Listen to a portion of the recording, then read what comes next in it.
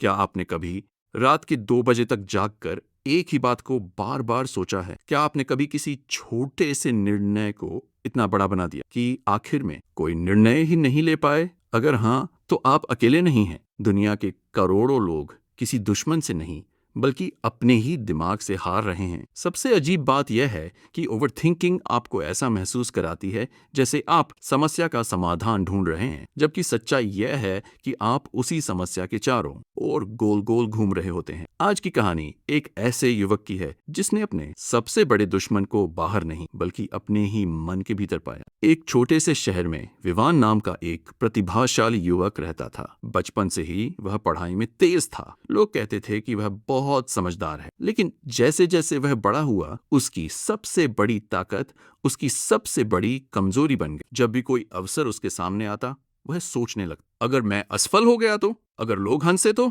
अगर मैंने गलत फैसला ले लिया तो, अगर इससे बेहतर मौका बाद में मिला तो, एक अगर दूसरे अगर को जन्म देता। और देखते ही देखते उसका पूरा दिन सोचने में निकल। एक दिन उसे एक बड़ी कंपनी से नौकरी का प्रस्ताव मिला। यह वही सपना था जिसके लिए उसने वर्षों मेहनत की थी, लेकिन निर्णय लेने की आखिरी तारीख से पहले ही उसका मन सवालों से भर गया। क्या शहर बदलना सही होगा? अगर मुझे वहां अच्छा न लगा तो? अगर मैं सफल न हो पाया तो? अगर मैंने यह नौकरी छोड़ दी और बाद में पछताना पड़ा तो? उसने फैसला टाल दिया। कुछ दिनों बाद वह अवसर किसी और को मिल गया। विवान ने खुद को समझाया कि शायद यह सही नहीं था, लेकिन उसके भीतर एक खालीपन रह गया। कुछ महीनों बाद उसकी मुलाकात एक वृद्ध मनोवैज्ञानिक से हुई जो शहर के बाहर एक शांत आश्रम में लोगों को मानसिक शांति का मार्ग सिखाते। विवान ने उनसे कहा, गुरुदेव, मुझे लगता है कि मैं बहुत सोचता हूँ, लेकिन मैं सोचता इसलिए हूँ ताकि गलतियां न हो। फिर भी मेरी जिंदगी आगे क्यों नहीं बढ़ रही? वृद्ध मुस्कुराए। उन्होंने विवान को अगले दिन सुबह पहाड़ों पर आने के लिए कहा।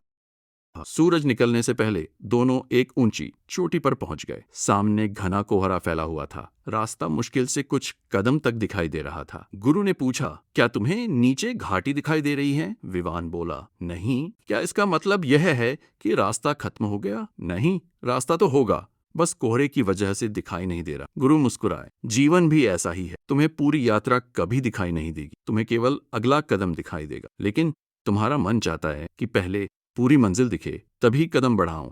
यही ओवर थिंकिंग है। विवान चुप हो गया। गुरु ने अपनी जेब से एक छोटा सा कांच का गिलास निकाला और उसमें साफ पानी भर दिया। उन्होंने पूछा, अगर मैं इसे 1 मिनट तक पकड़ूं तो क्या होगा? विवान बोला, कुछ नहीं। अगर 1 घंटे तक पकड़ूं, हाथ में दर्द होने लगे। अगर पूरे दिन पकड़कर रखूं, हाथ सुन्न हो जाएगा। गुरु ने गिलास नीचे रख दी। समस्याएं भी इस गिलास जैसी होती, उन्हें कुछ देर सोचना जरूर, लेकिन जब तुम उन्हें पूरे दिन, पूरी रात और कई दिनों तक पकड़कर रखते हो तो समस्या नहीं बढ़ती, उसका बोझ बढ़ जाता। विवान पहली बार मुस्कुराया, लेकिन गुरु अभी रुके नहीं। उन्होंने कहा, क्या तुम्हें पता है कि तुम्हारा दिमाग ऐसा क्यों करता है? विवान ने सिर हिलाया। गुरु बोले, हमारा मस्तिष्क लाखों वर्षों तक जंगलों में जीवित रहने के लिए विकसित हुआ है। उसका पहला काम अवसर ढूंढना नहीं बल्कि खतरे ढूंढना है। इसलिए वह हर निर्णय में सबसे पहले जोखिम देखता है। यह तुम्हारी कमजोरी नहीं है, यह तुम्हारे मस्तिष्क पुरानी सुरक्षा प्रणाली। लेकिन आज का जीवन जंगल नहीं है। हर निर्णय जीवन और मृत्यु का प्रश्न नहीं होता। कुछ दिनों बाद विवान ने एक नियम बनाया। जब भी उसका मन किसी बात को बार बार सोचता, वह खुद से केवल 3 प्रश्न पूछता। क्या यह समस्या सच में मौजूद है?